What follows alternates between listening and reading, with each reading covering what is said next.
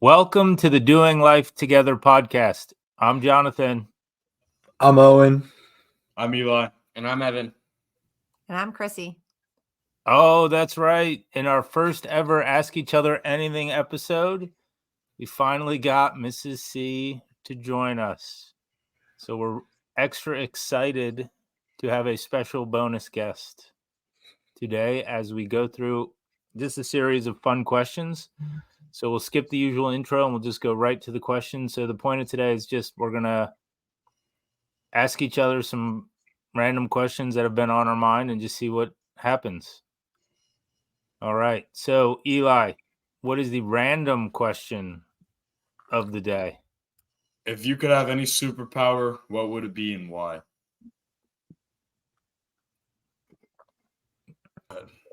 I think I would choose flying because I just think it would be cool.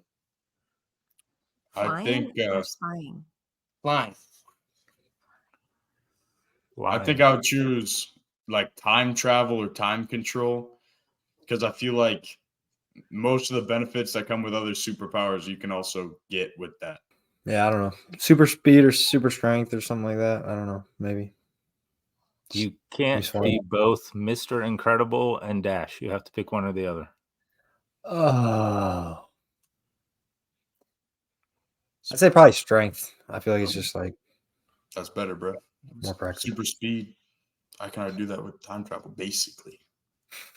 I can be anywhere at any time. I would go with mind control. Definitely mind control. What are you going to do with that? There's a lot of crazy going on in the world, man. I would try to quell some of the crazy, I guess. Make everybody think like you. I feel like someone tried to do that in Germany one time. Didn't go so well. Most people didn't like that. I don't know. I'm kind of in most people's boat too, but did I make fun of your superpowers? Nah, because ours were like good. I can help a lot of people with my strength. You're just trying to like take away their free will. So all I said was mind control. And you guys assumed a lot of negativity about the way I'd use it.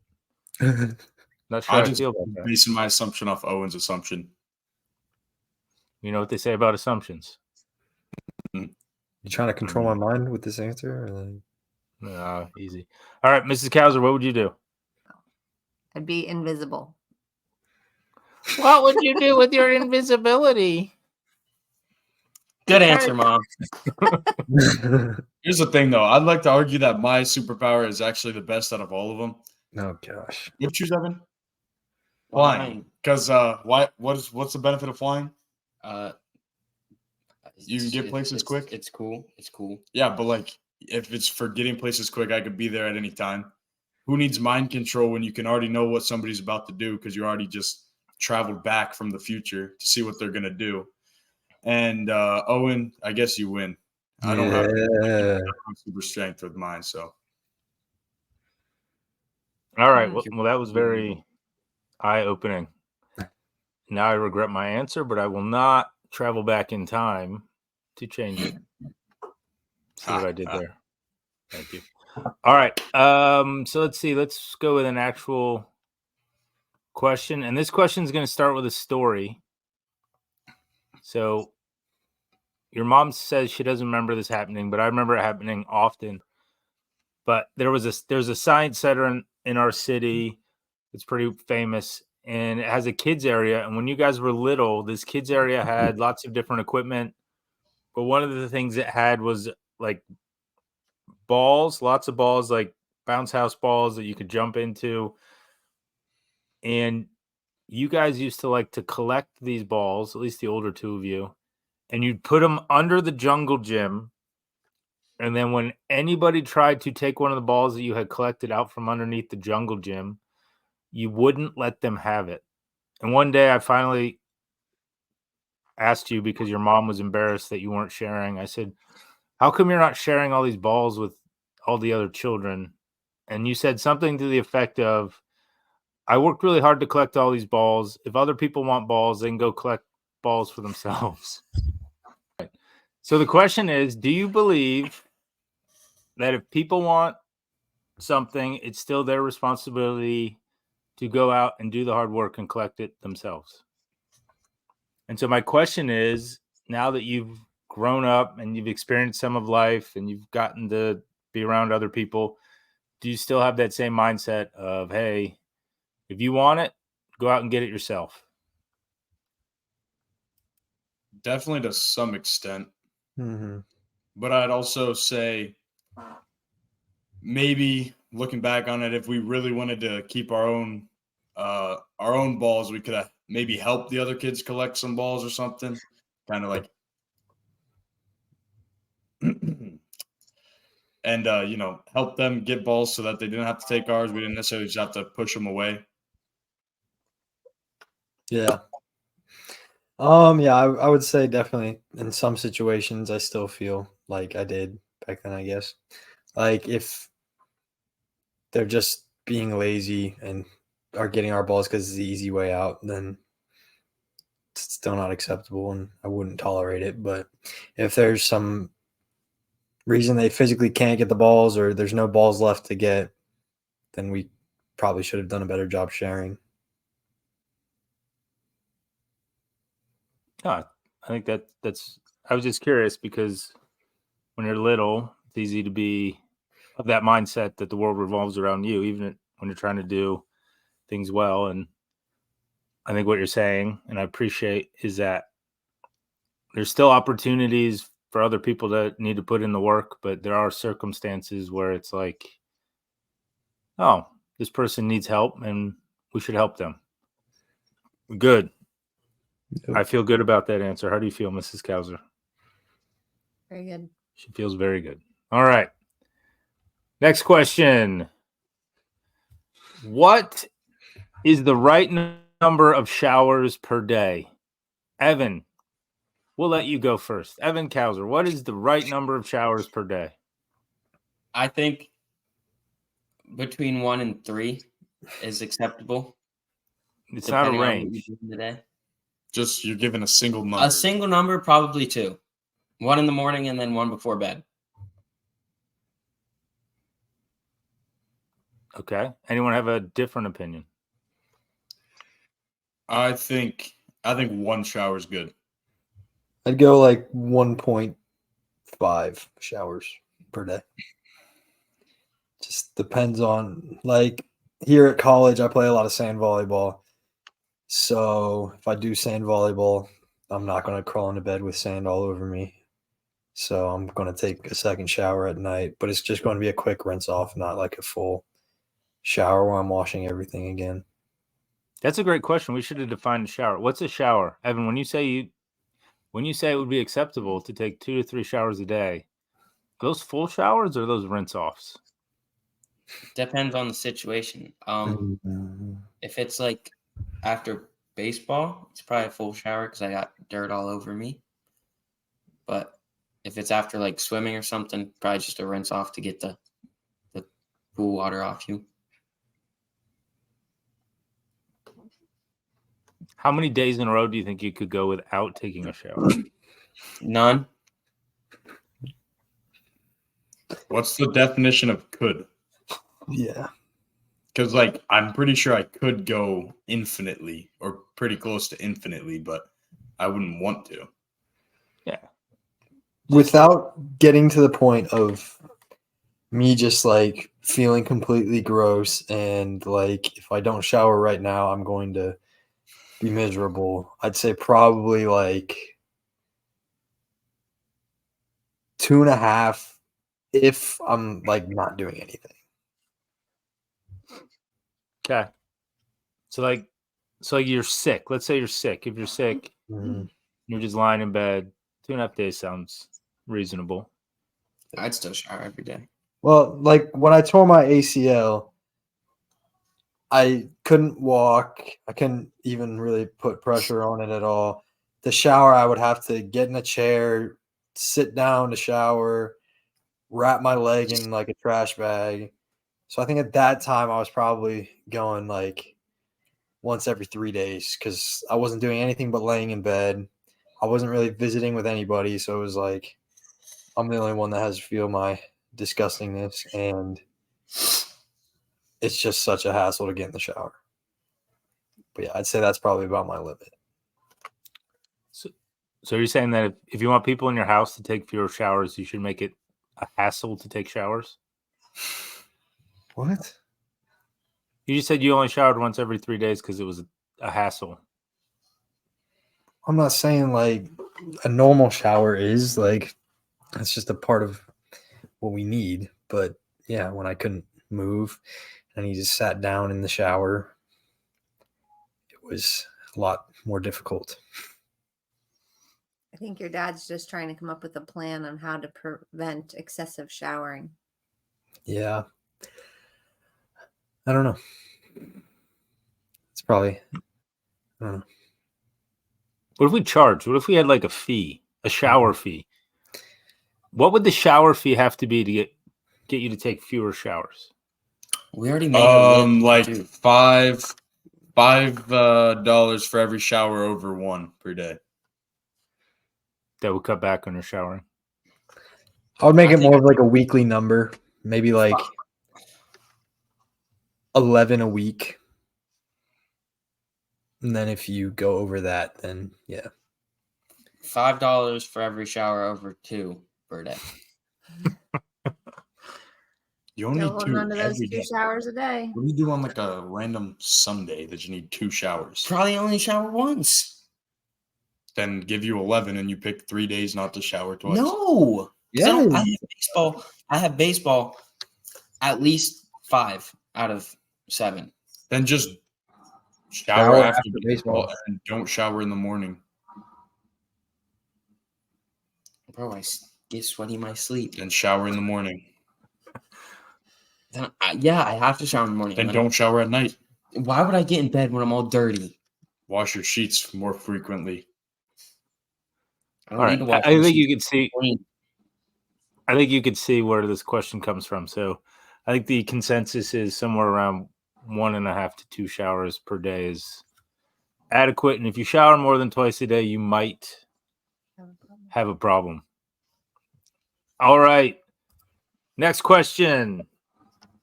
So we are what they call a house divided when it comes to sports. So I grew up in Michigan, have always rooted for the University of Michigan, and my entire family roots for Ohio State.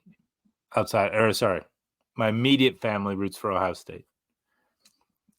So question, does it really bother everybody that we live in a house divided? No. Nah. No, not deep down. Hasn't negatively impact our relationship with you or anything. Just can't stand you sometimes when Michigan beats Ohio State or something like that happens.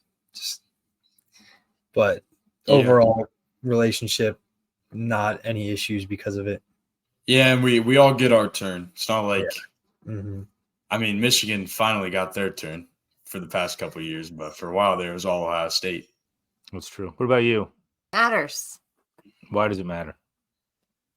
because we should be unified. I encourage all of you to root for Michigan as much as you want. Why not? We should be unified. It matters. This is our year. It's a democracy. Let's vote. Ohio State. Yeah. I don't like it. I feel outnumbered, and I haven't had time to petition or what's the thing when you try to get people to vote your way? Campaign. I haven't had time to campaign. Well, tell everybody the deal that you and Mom made for who we cheer for. Oh, that's true. That's a good Maybe story. if your team was better, then you wouldn't be in this spot. Yeah, that's true. So he failed to mention that I am a graduate of the Ohio State University. So he might have always rooted for Michigan, but I actually went to Ohio State.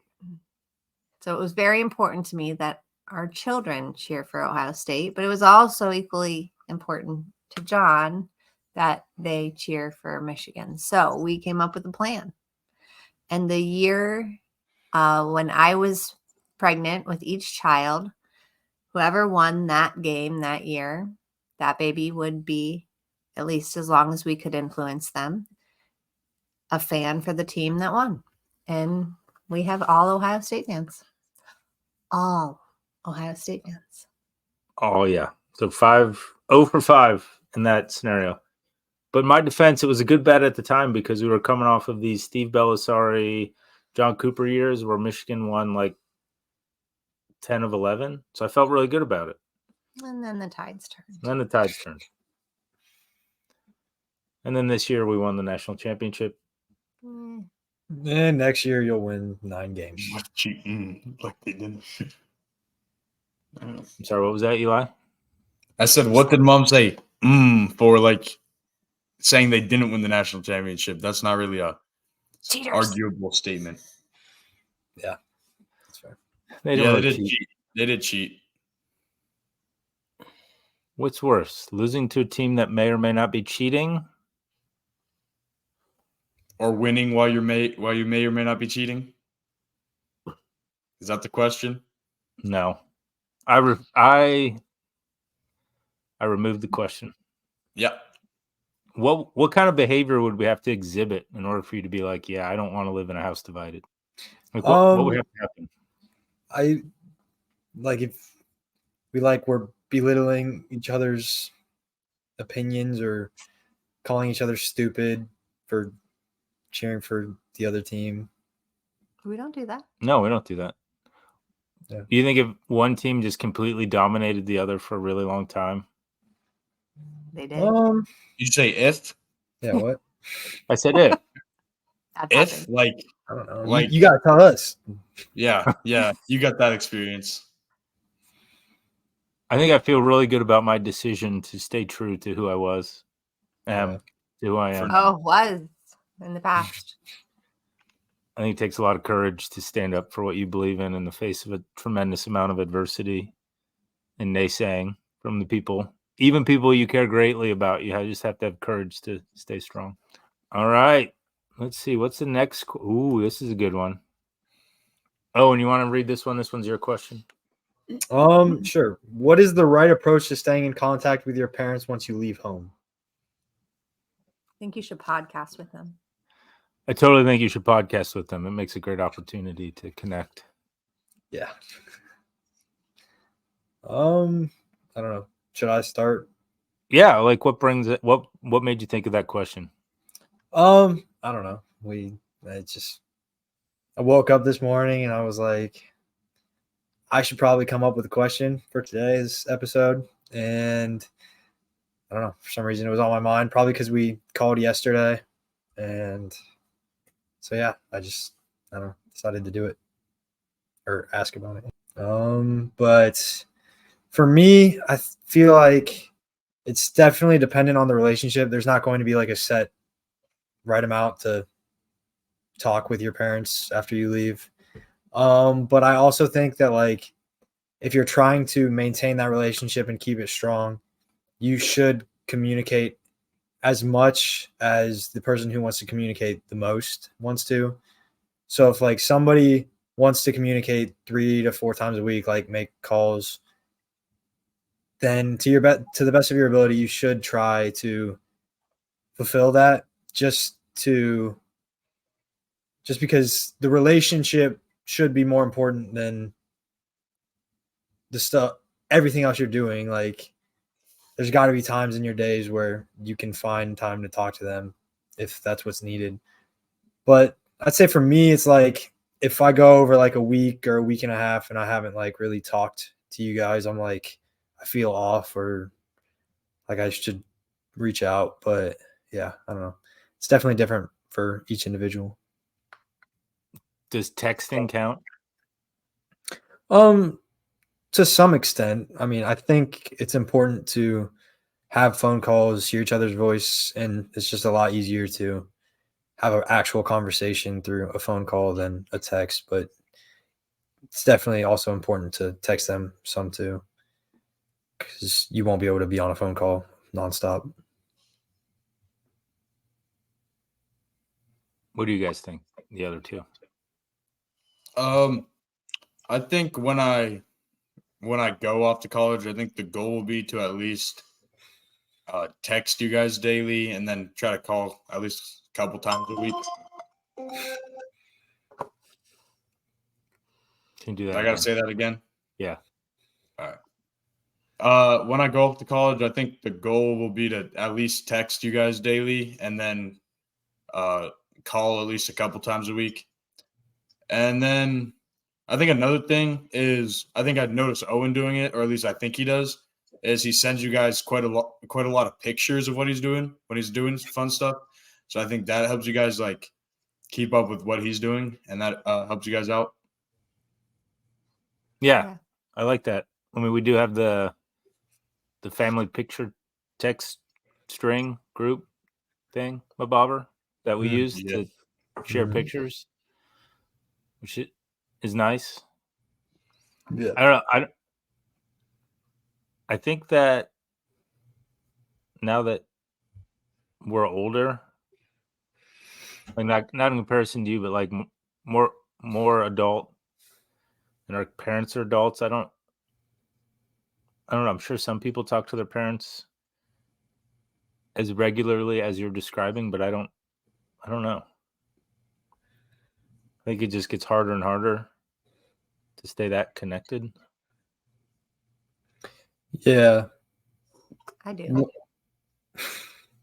Well, I think we your actually dad think we also actually lived with kinda- you. Well, yes. And I think we actually already touched on this topic in one of our previous episodes. The one with the what was that? Was it the leadership survey Yes. Mhm. where we had like you talked about how it just decreased in the number of people who listed their parents as an influence in them. Like as their age went up, the number of people that said their parents were an influence on them went down. So it's probably just similar answers to what we gave then. Thanks for reminding everybody that we release these podcasts on a regular basis, and to go back and listen to our two-parter on multi-generational leadership. It was a fun one to record where we talked about what does it mean to be leaders across the generations. And yes, one of the data points, as you pointed out, was that the older people get, the less often they referred to their parents as a leader in their life, or someone that they thought of as a leader. So yeah. Honey, you were going to say something? I was just going to say that I probably keep that regular contact with my parents. One, my dad lives with us, so that's easier. And my stepmom and my mom, I talk to her several times a week. So I think it just depends on the relationship. Yeah. I think it's interesting. I think, as Owen pointed out, you got to find that balance of what's best for both people. You said it was whoever has the greatest need, try to meet that need as much as possible. Yeah. Wasn't So- saying everybody does that. I'm just saying that could be a goal for most people that are trying to keep the relationship strong. And I don't know. Yeah. No, that's good. Yeah, I think that makes sense. I need to formally apologize on this podcast to my parents because I hate the telephone and I don't talk very much to them. But that doesn't mean I don't think about you often. Just means that I prefer not to be on the phone. Yeah. I'm So I kind of apologize. same as dad. Not a big phone call type of guy, but I Doesn't appreciate mean- that you take my phone calls. yeah, because that's what I you know was I talking about. need that. If doesn't mean I won't pick up anytime they call. I just won't typically be the first one to reach out through the phone call. I'll text you guys sometimes first, just not huge on making phone calls. Yeah, that's awesome. All right. But it is important to stay in contact. Keep that relationship fresh. So Evan's been really quiet. Are we gonna ever hear from him when he leaves the house? I still got like a long time, so 2 I haven't really years. talked about it that much. Well, 2 years till I'm out of high school, but then I'm starting the working world, so I'll still be at home. Oh, we should talk about that. What? Am I getting kicked? Nah, he's joking. I need your bedroom. Eli, what was your question? Should kids get paid for chores? I think it depends what chore it is. I think it more depends on how much the parents are already paying for. So, like, if parents are buying everything except for complete once, then I feel like no, they shouldn't really get paid for chores. And really, the payment for the chores is they're already buying you everything.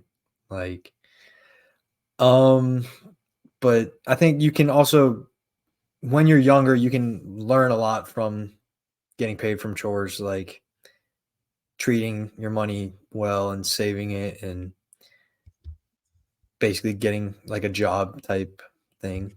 But yeah, I don't think it's really a requirement for parents to pay for chores. Yeah, I agree. The way when me and my friends talked about this the other day for some reason, and my stance on it was that it's just kind of what you have to do. It's just kind of your responsibility around the house, so you shouldn't necessarily get paid. But yeah, but I'm like you were talking about earlier. We're in a household where our parents pay for basically everything. So maybe there are situations where someone's in a household where their parents maybe cut back on what they pay for, but then they pay them for chores, and that could be good.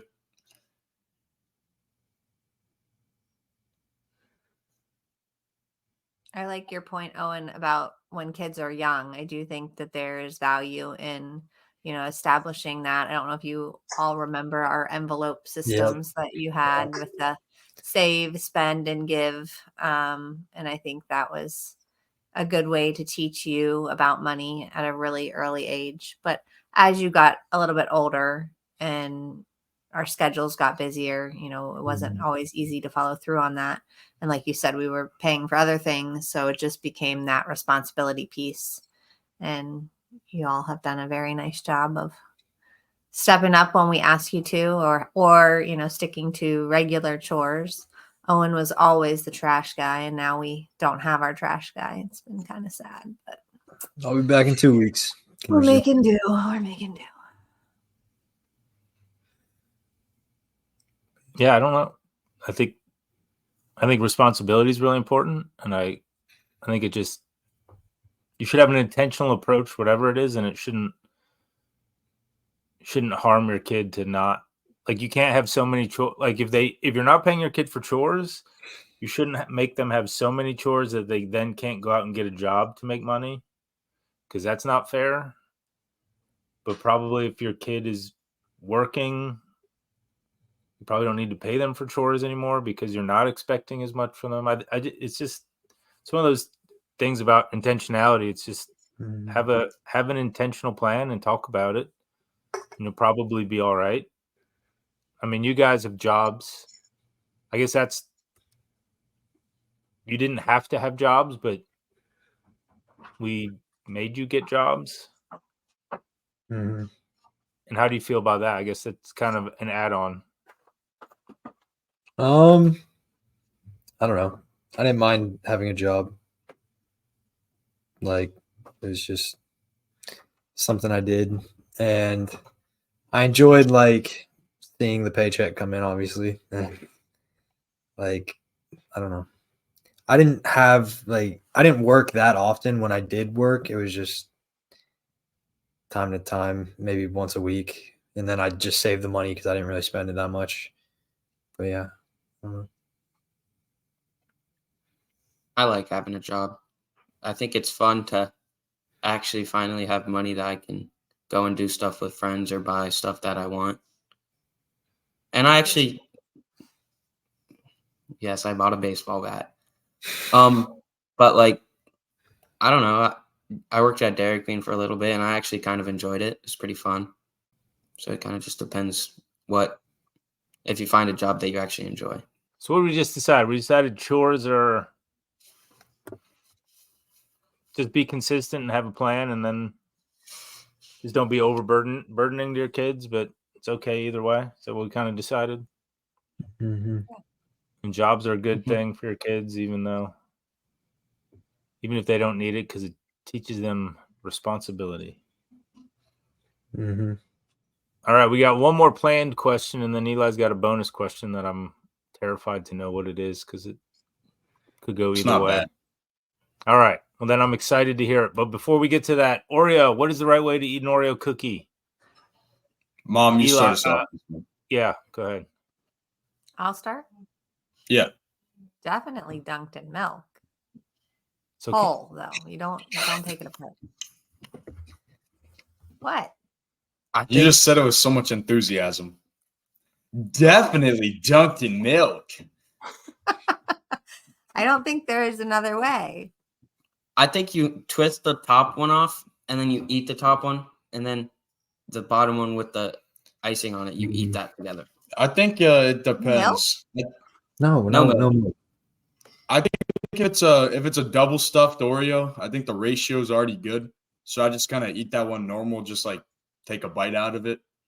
If it's just a normal Oreo, I think I agree with Devin. You just got to break it apart and eat the plain one first, and then the one with the icing. And then usually, I don't know. I don't usually get milk, but it is also good with milk. So I don't know.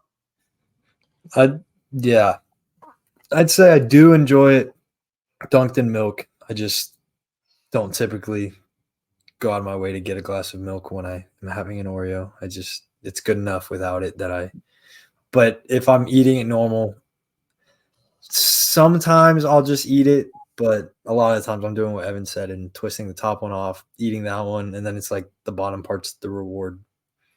And you eat that one. This is another topic that we're apparently a house divided. Not a huge Oreo guy. There's something about a cookie that you can keep on a shelf for years at a time and it doesn't go bad that just makes me nervous. It's like Twinkies. There's a reason that you can't. Ugh. Yeah.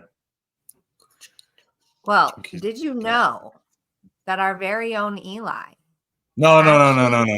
wrote on this topic? He wrote. No. It's a great opportunity, folks, to go to our YouTube channel, Doing Life Together podcast on YouTube at Arch Impact Studio. And you can see the great artwork by Eli Kauser on his Oreo project. All right. So we're Let's not let's exactly- hold Yeah, up. Let's nope. preface this with when I wrote this thing. I was going to say, we're not exactly sure. There's no date. I think But- it's second grade. How to eat an Oreo All right, wait. by Eli. He's right. The internet's forever. We need to give him some respect. So second grade Eli wrote this. How to eat an Oreo. Yum, yum. I love my magnificent and delicious Oreo cookies. I like the crunchy chocolate, delicious outside and the creamy vanilla icing middle. And when they are together, they are even more amazing. For my method, you will need one delicious chocolate and creamy Oreo cookie, a cold glass of milk, a paper towel, and a fork. First, you take off the first chocolate cookie, making sure not to get any creamy icing. Next, I lick all of the creamy icing until there is none left. Then I dip the top of the cookie in the milk and use a fork to get it out and nibble on the top chocolate delicious cookie until it is gone. Next, I drunk the bottom cookie Oh, in the milk. Oh, it did say dunk. Sorry, I said drunk because I thought that's what it said. Next, I dunk the bottom cookie in the milk and use a fork to get it out. And then I eat the delicious bottom chocolate cookie. Then I drink the rest of the glass of milk. Wow. That is amazing. So apparently you had very strong opinions on how to eat an Oreo back in the day, Eli. Yeah. I switched up now. I do not do that anymore. He matured. never heard the need for a fork with an Oreo, but okay. Hey, some people stick stick a fork in the cream and then dunk it in milk that way. I've seen that. No. before. You've not seen that in real life. I might have to Yes, try I that. have. You You stick saw a fork someone. in the middle, so then you can dunk the whole cookie. No, I refuse to believe Okay. this is a thing. Okay. And I also appreciate that your mom got out her teacher voice when she read your paper. Oh, it was the best. All right, Eli, you said you had a bonus question. What is it? So this is probably the number one most debated topic between me and my friends. And it's definitely one that I'd say almost everybody falls on one extreme or the other. And the question is, do you think you could beat a bald eagle in a fight? Because What? yes, I swear. We bring like every couple of weeks, this will resurface and we'll go at it for like 3 days. So we all agree on this. I definitely have a chance to beat it, and the eagle has some chance of beating me. The question is how much of a chance. So we typically say it on like out of 100 fights, how many would I win versus how many would the eagle win? I'm thinking I win about 97 to 99 of these. And a lot of my friends think I would win like somewhere around 15. So is I think- losing death? Yeah. Fight Fight to the to death. the See, that's my argument. I think the eagle's going to do a lot to me. Like, it's got the sharp talons, but I don't really see how it's going to kill me before I can kill it. I think you just grab its neck and squeeze, and it's dead. That's why I argue. I have no idea. Are we So being these- realistic? Like, is this because, like, I feel like in this circumstance, if I touch the eagle, it's just flying away. Like, Yeah, but we usually assume that it knows the intention is to kill me. what? I think your answer was very Yeah, logical. That I it's think just so. going to fly away. I'm thinking 94 times out of 100, it's a tie, and he just flies away. And With a and little what's the other bruise. 6? You grab it the first time and then you just Other kill it? 6, yeah, I get a strong enough hold that it can't go anywhere, and then it's dead.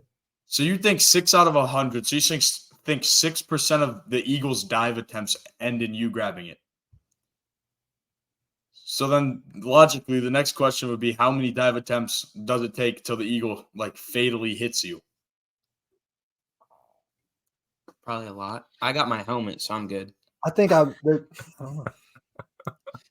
Because then No we just got weapon, to I'm remember. assuming this is just bare hands on bare claws. Yeah. Like, I don't get a gun, but like the eagle's not going to like fly down with like an AK and like shoot me either. Correct. All right. Has it Yeah, always been yeah. an eagle, or did you guys start with other animals and this is just the one that you can't figure out? No, it's literally the first time it ever got brought up. It was an eagle, and it's never not been an eagle. Pound for I pound. think tell me because about you're it. talking to the death, you've got a better chance. Like Eli said, it's going to hurt you, but it's probably not going to kill you. Yeah. But I don't know. I really don't know. There's only I a few wouldn't wanna spots find that out. you get to that would do some real damage first time. Yeah, that's what I'm saying. Like you can give up an arm, but as soon as it grabs an arm, you just grab it and like choke it or something. I don't know. Yeah, no, I mean, yeah. Any attempt that it makes to like actually like go for the kill blow, like that just gives me the chance to. Exactly what off. I'm saying. Like Like, it has you to know? get closer to you to do real damage than you have to get to it. I think it's really hard to say. I don't know. I think there are lots of plausible arguments that you guys have made about the eagle would have to get a good first shot in to disable you, or otherwise, yeah, it doesn't. I don't know. All right. Well, I guess we won't get to the end of this one today, but that's a good question. All right. It's the end of the episode. We've gotten to the end of our first Ask Each Other Anything. Just a fun banter episode. A couple good points, though, around being intentional in your decision making and the the fact that eagles and humans, if they ever wrestled, it would draw a lot of attention because no one would know the actual outcome. No, we know. But we appreciate you. If you like this episode or want to check out some of our other episodes, you can find us wherever you find podcasts.